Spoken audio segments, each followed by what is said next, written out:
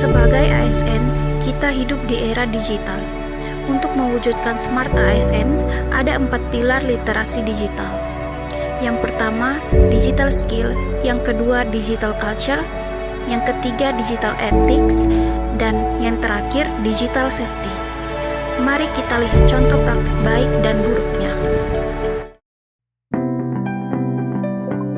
Yang pertama, digital skills. Seorang ASN diminta mengisi aplikasi e-kinerja.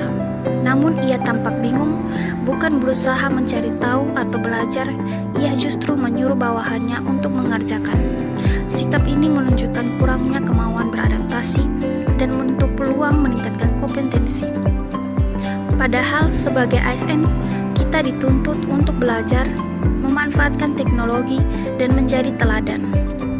Seorang ASN yang berusaha mempelajari aplikasi e-kinerja, meski awalnya kesulitan, ia mampu mencoba membaca panduan dan bertanya kepada rekan kerjanya. Dengan kemauan belajar ini, akhirnya ia mampu mengisi datanya sendiri. Sikap ini mencerminkan kompetensi adaptif terhadap teknologi dan menjadi teladan positif bagi bawahannya. Digital kultur adalah budaya yang terbentuk dan berkembang dari penggunaan teknologi digital dan internet dalam kehidupan sehari-hari. Digital kultur bukan cuma soal teknologi, tapi juga bagaimana teknologi mengubah pola pikir dan kebiasaan manusia. Contoh perilaku negatif dalam budaya digital yaitu banyak pengguna medsos membagikan berita tanpa memeriksa kebenarannya terlebih dahulu, sehingga informasi yang salah cepat tersebar. Sebaliknya, perilaku yang benar dalam budaya digital yaitu selalu cek kebenaran informasi berita sebelum membagikannya. Gunakan sumber terpercaya dan bandingkan dengan informasi lain. Digital etik. Di era digital seperti sekarang, informasi pribadi masyarakat sangat rentan. Sayangnya, masih ada ASN yang membocorkan data masyarakat, seperti mengupload KTP masyarakat di media sosial.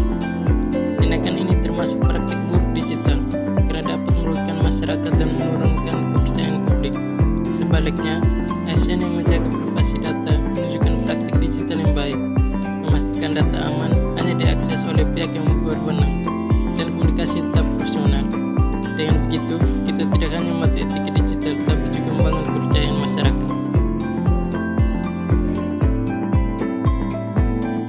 Digital safety. Sebagai ASN di era digital, kita harus menggunakan kata sandi yang kuat dan mengganti kata sandi secara berkala. Tindakan ini seperti perisai yang kokoh, melindungi aset digital terpenting kita dari penjahat cyber. Dengan menerapkan kata sandi yang unik dan kompleks dan mengganti kata sandi secara berkala, kita bukan hanya mengamankan akun, tetapi juga merangkul kendali penuh atas privasi kita. Sebagai ASN, juga kita harus waspada terhadap upaya phishing. Bukan hanya butuh hati-hatian, tetapi juga kecerdasan. Ini adalah langkah proaktif yang memberdayakan kita sebagai ASN untuk mengenali dan menolak penipuan.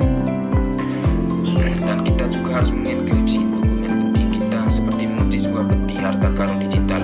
Tindakan ini adalah tanda komitmen positif kita sebagai ASN untuk melindungi kekayaan intelektual, data finansial, atau kenangan pribadi. Ini memberi kita sebagai ASN ketenangan pikiran karena mengetahui bahwa meskipun file kita jatuh ke tangan yang salah, isinya tetap tidak bisa dibaca dan aman.